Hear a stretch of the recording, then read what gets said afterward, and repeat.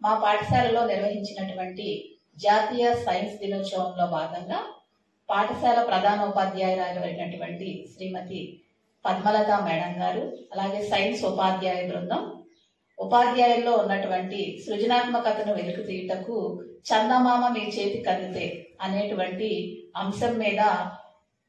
అంశం గురించి రాయమనడం జరిగింది. దానిలో భాగంగా నేను రాసినటువంటి వచన కవిత.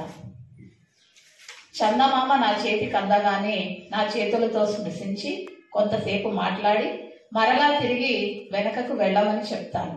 చందమామ చేతికి అందగానే అందరిలాగే నేను కూడా చాలా యాంగ్జైటీగా ఫీల్ అవుతాను.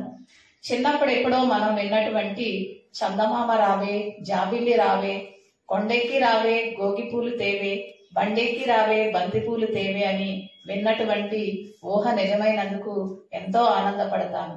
చందమామ పైన ఉండడమే మనకి మేలు, కిందికి వస్తే ఈ భూగోళం లాగానే మానవులు చందమామను కూడా తమ స్వార్థ ప్రయోజనాల కోసం కలుషితం చేసి పాడు చేస్తారని భయం. ఈ కాలుష్య కోరల్లో చిక్కుకోకుండా దూరంగా ఉండి మమ్మల్ని ఆనందపరచాలి. సాయంత్రం చల్లని వెలుగులకు నీవే కారణం, సముద్ర అలల కదలికకు నీవే కారణం, నిసిని తొలగించి వెలుగును ప్రసరించుటకు నీవే కారణం. అద్దంలో చందమామను చూపి చిన్నపిల్లలు గోరుముద్దలు తినటకు నీవే కారణం, కవుల భావుకతకు నీవే కారణం, నీ హెచ్చుతగ్గులను అనుసరించి తిథులను అనుసరించి ఎన్నో శుభకార్యాలు నిర్వహించుటకు నీవే కారణం. ప్రతి నెల వచ్చే పౌర్ణమి అంటే అందరికీ ప్రత్యేకమే.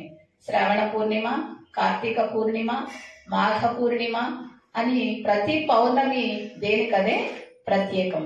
చందమామ కిందికి వస్తే ఇవన్నీ మిస్ అవుతాం కదా. నెలవంక, అర్ధచంద్రుడు, పూర్ణచంద్రుడు ఇవన్నీ మనం చూడలేం కదా.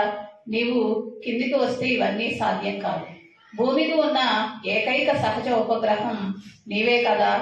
కాబట్టి నీవు పైనే ఉండి మమ్మల్ని ఆనందింప చేయాలి. చందమామ అందరికీ మేనమామగా పిలుచుకుంటాం. చందమామ కనిపించని అమావాస్యను మనం ఇష్టపడం కదా. అటువంటి చందమామ పైనే ఉండి మనకు వెలుగును ప్రసాదించాలి. ఎందరో కవుల భావుకతకు చందమామ ఆధారం. చందమామ మీద రాసినన్ని కవితలు, వర్ణనలు, పాటలు ఇంకా వేటి మీద రాయలేదేమో అంటే అతిశయోక్తి కాదేమో. నీ చల్లని వెలుగులు ఈ భూమికి ఎంతో అవసరం. చందమామకి భూమికి ఉన్న అనుబంధం ఎప్పటికీ ఇలాగే ఉండాలి. చంద్రుడి చల్లని వెలుగులు మన పైన ఎప్పుడూ ప్రసరిస్తూ ఉండాలి.